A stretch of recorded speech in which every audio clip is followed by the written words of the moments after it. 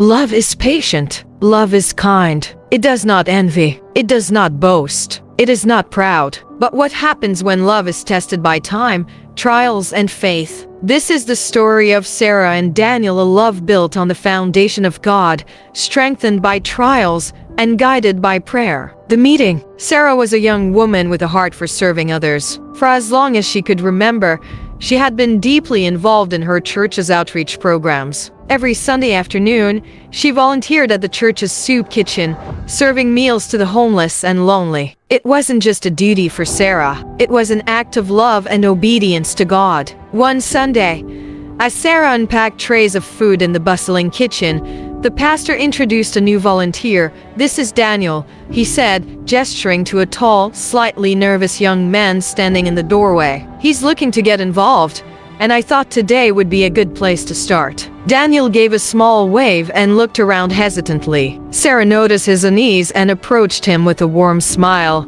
"Hi, Daniel. I'm Sarah. First time volunteering?" she asked, handing him an apron. "Yes," Daniel replied, his voice quiet but steady. "I've always wanted to help out, but life kept getting in the way. But today felt like the right day to start." "Well, we're glad you're here," Sarah said sincerely. As the day went on, Daniel and Sarah found themselves working side by side. At first, their conversation was polite and light, talking about the weather and the soup kitchen routines. But as they served together, their conversation deepened. Daniel shared how he had recently rededicated his life to Christ after years of struggling with doubt. Sarah, in turn, spoke about how her faith had been her anchor through the ups and downs of life. By the end of the day, Daniel no longer seemed nervous. He even cracked a joke that made Sarah laugh, a genuine, heartwarming laugh that lingered in his memory long after they parted ways. The growing friendship. In the weeks that followed, Daniel became a regular volunteer. Each Sunday, he and Sarah worked together at the soup kitchen, their friendship blossoming over shared prayers and meaningful conversations. One evening, after a particularly busy day, they sat on the church steps, watching the sun set over the horizon. "Do you have a favorite Bible verse?" Daniel asked, without hesitation. Sarah replied, "Jeremiah 29:11. For I know the plans I have for you, declares the Lord. Plans to prosper you and not to harm you. Plans to give you hope and a future." It's been my guiding verse since I was a teenager. Daniel's face lit up with surprise. "That's my favorite verse too. It's what got me through some really tough times." From that day on, the verse became a cornerstone of their friendship. They began to pray together regularly, asking God to guide them in their individual lives and their shared service to others. The storm. But life has a way of testing even the strongest faith.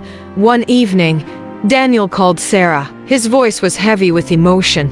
"Sarah," he said, pausing as if struggling to find the words, "my mom's been diagnosed with cancer." Sarah's heart sank. "Oh, Daniel, I'm so sorry. How are you holding up?" "I don't know," he admitted. "She's everything to me, Sarah. And now, I feel like my faith is slipping. I pray, but I don't feel anything. I don't even know what to ask God for anymore." Sarah listened quietly, her heart aching for him. Finally, she said, "Daniel, it's okay to feel weak. Even the strongest among us have moments like this. Remember, God's strength is made perfect in our weakness. Let's pray together right now."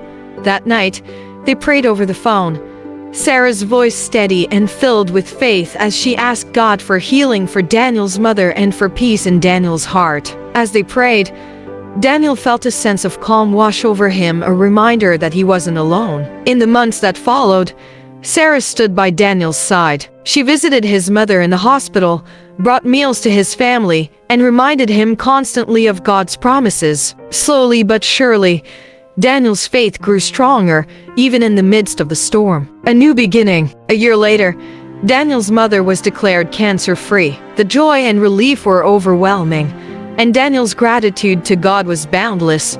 One crisp spring morning, Daniel invited Sarah to meet him at the park where they had first met. When she arrived, she found him standing under a large oak tree, holding a small box in his hands. "Sarah," he began, his voice trembling slightly, God brought you into my life when I needed hope the most. You've shown me what it means to love with faith and to trust in His plan. I don't know what the future holds, but I know I want to face it with you. Will you marry me? Tears filled Sarah's eyes as she nodded. Yes, Daniel. 1,000 times yes. Daniel slipped a simple gold ring onto her finger, and they embraced, the love they shared radiating through the quiet park.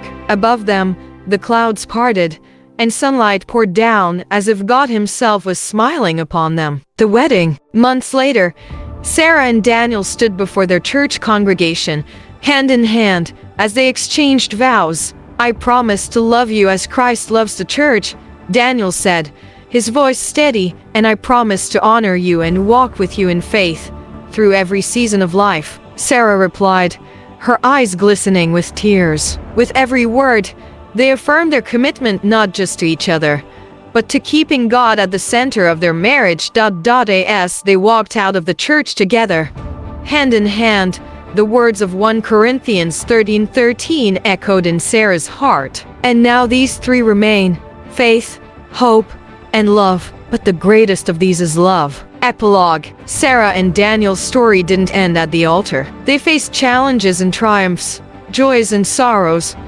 But through it all, they remained anchored in their faith. Their love became a living testimony of God's grace, a reminder that when love is patient, kind, and rooted in Him, it never fails. Their story reminds us all that no matter what trials we face, with God at the center, love will always prevail.